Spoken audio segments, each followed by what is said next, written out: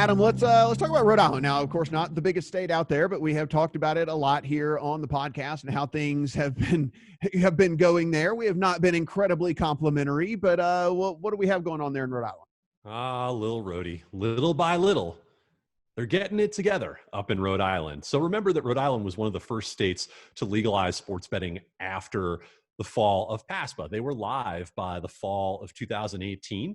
And they started out with only in-person betting and then saw that their estimate of roughly $23 million in revenue from sports betting fell more than 50% short. They came back in the next legislature and said, we're going to put in mobile betting. Great. So you're off to at least half of what you need to be able to get done, because what they did was they kept an in-person registration requirement. So our Matthew Waters has been tracking how many people signed up for sports betting versus how many people actually activated accounts, because there was a method that was sort of an in-between step where you could register online but then have to go to a casino in order to get the account activated. And we were seeing conversions at less than 40%.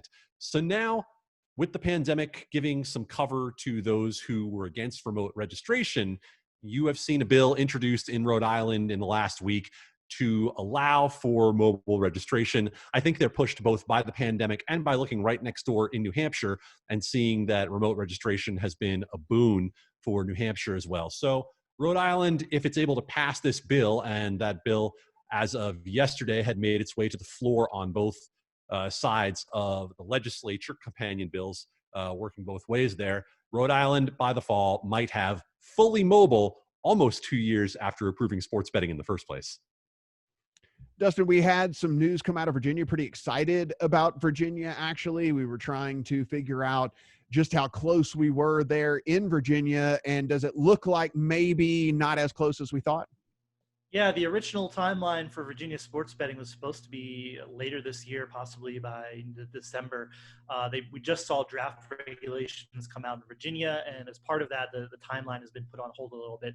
Now, people in Virginia are forecasting more like early 2021 for betting. So, not the end of the world, but not quite as fast as we'd hoped. Virginia, hopefully, here is in the middle of the states that have gone really fast and the states that have gone really slow. When I think about, they just started this week really on past after the regulations. They're going to start taking applications this fall. And hopefully they do things correctly, and you have a good rollout of sports betting with multiple operators and a good products out there for people. So it looks like we can scrap 2020 for Virginia, but soon after the new year is rung in, we'll have some online sports betting in Virginia. So Adam, looking here at Virginia, I mean, where it's geographically located, its size with the sports that aren't necessarily, in the state there, what are we looking at as far as kind of a market for Virginia? Is this kind of like on par with, I don't know, a Mississippi or something like that? Or are you thinking that maybe this is kind of something that could exceed, one of these other smaller-ish states? I think you're probably looking at something better than Mississippi. I mean, just starting with the fact that it's all online versus Mississippi being all in person. But I know you're talking generally in terms of market size. Keep in mind that when you talk about Virginia, you're of course talking about Virginia, Maryland, and the Washington, D.C. area.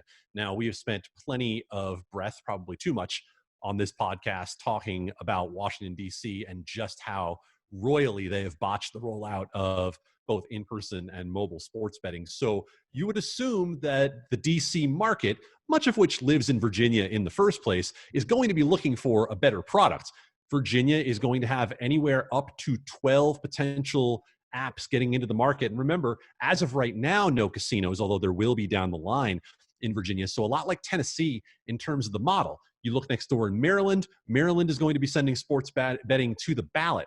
So there is potential for Virginia to slide in there and grab a sort of regional hold on that market if they're able to get things going kind of by the Super Bowl is what we're looking at with that early 2021 target.